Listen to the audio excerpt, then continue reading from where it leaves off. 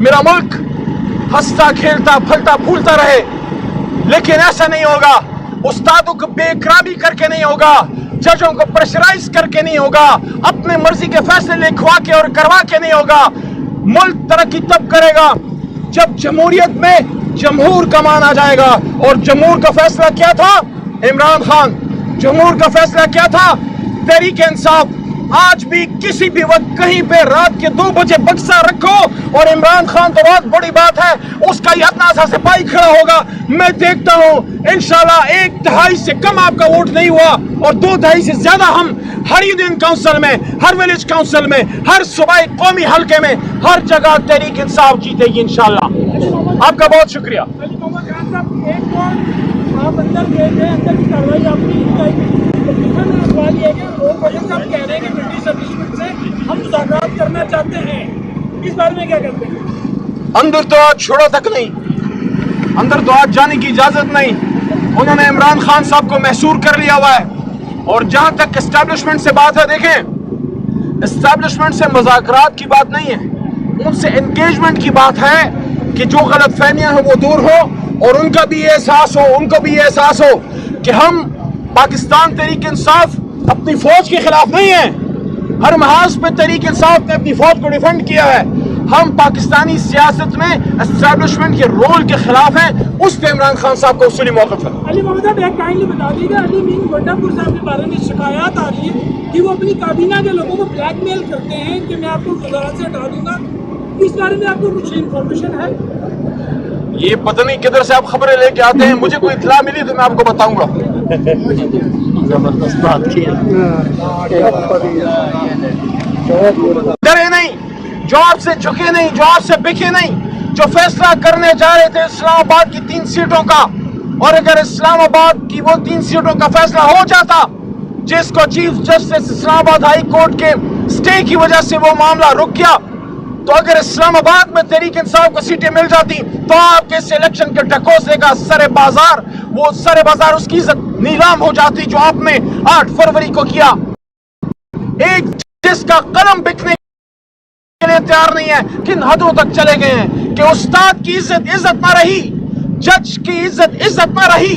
جس ملک میں استاد کی عزت نہ ہو اور جس ملک میں عدل کے نظام کو سر بازار نیلام کرنے کی کوشش کی جائے، جہاں لکھاری کا قلم جج کے خلاف یوز ہو کیونکہ وہ جج بکنے کے لیے تیار نہیں ہے، تو عمران خان تو چھوڑیں، تحریک انصاف تو چھوڑیں، یہ تو بڑی چھوٹی باتیں۔ اصل بات یہ ہے کہ ملک کے نظام کے ساتھ کھیلا جا رہا ہے۔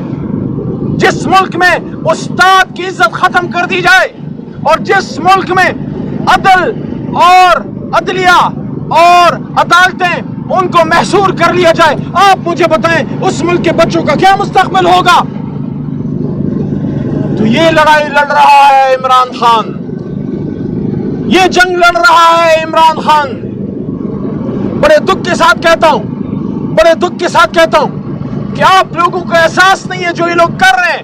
آپ لوگوں نے جب ملک کے سابق وزیر اعظم جناب عمران خان صاحب کے گریبان پہ ہاتھ ڈالا، وہ عمران خان کا گریبان نہیں تھا، وہ 25 کروڑ عوام کی عزت کا پگ تھا جس پہ آپ نے ہاتھ ڈالا ہے۔ تبھی تو قوم آپ کے خلاف کھڑی ہو گئی ہے، تبھی تو قوم آپ کے خلاف ہے، تبھی تو قوم آپ کی بات سننے کو تیار نہیں ہے۔ لوگ کہتے ہیں خونی انقلاب، خونی انقلاب۔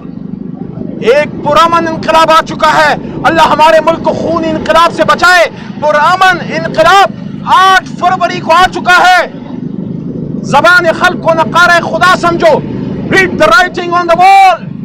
The writing on the wall is the people of Pakistan want Imran Khan. The people of Pakistan want Imran Khan to be the prime minister of this country. کہ اس ملک کو آگے لے کے جائے۔ اور آپ نے کیا کیا؟ اپنی انا کی جنگ میں قوم کے لیڈر کو اندر ڈالا۔ تو آپ مجھے بتائیے 16 مہینے شہباز شریف صاحب کو بٹھا کے، پھر کاکڑ صاحب کو لا کے، اور پھر دوبارہ شہباز شریف صاحب کو بٹھا کے، کیا پاکستان کی معیشت بہتر ہو گئی؟ کیا مہنگائی کم ہو گئی؟ کیا پیٹرول، بجلی، ڈیزل، گیس کی قیمتیں کم ہو گئی؟ کیا IMF کی غلامی میں جاتے جاتے آپ نے پاکستان کی معیشت کا کباڑہ نہیں کر دیا؟ وہ ممالک جو آپ کو سپورٹ کرتے تھے اب آپ کی طرف دیکھنے کو روادار نہیں۔ ہمیشہ سعودی عرب، چین ہمارے بھائی ہیں، دوست ہیں، ہمیشہ ہمیں سپورٹ کیا UAE نے۔ آج آپ کی بات پہ اعتماد کرنے کے لیے کوئی تیار نہیں ہے. اور سب سے بڑا جو نقصان ہوا ہے، آپ جنہوں نے عمران خان سے زیادتی کی ہے، تحریک انصاف سے زیادتی کی ہے، علی محمد شہریار خان افریدی، قریشی، ڈاکٹر یاسمین راشدہ، بے شمار نام ہے، اعجاز چودھری، آپ نے ہم سے جو زیادتی کی ہے، یہ جنگ آپ ہار چکے ہیں. آپ عوام میں جا کے اپنا تعارف نہیں کرا سکتے کہ آپ کون ہیں، کیونکہ جب آپ بتاتے ہیں تو وہ آپ کی طرف دیکھنے کو بھی مناسب نہیں سمجھتے. اب بھی وقت ہے جو نواز شریف صاحب نے کہا کہ بات چیت ہونی چاہیے. میاں صاحب بڑی دیر کر دی مہربان آتے آتے. آپ تو کہتے تھے کہ ووٹ کو عزت دو، اب کس چیز کو عزت دی ہے آپ نے؟ کیا مانگے تانگے کی حکومت لے کے عزت مل گئی؟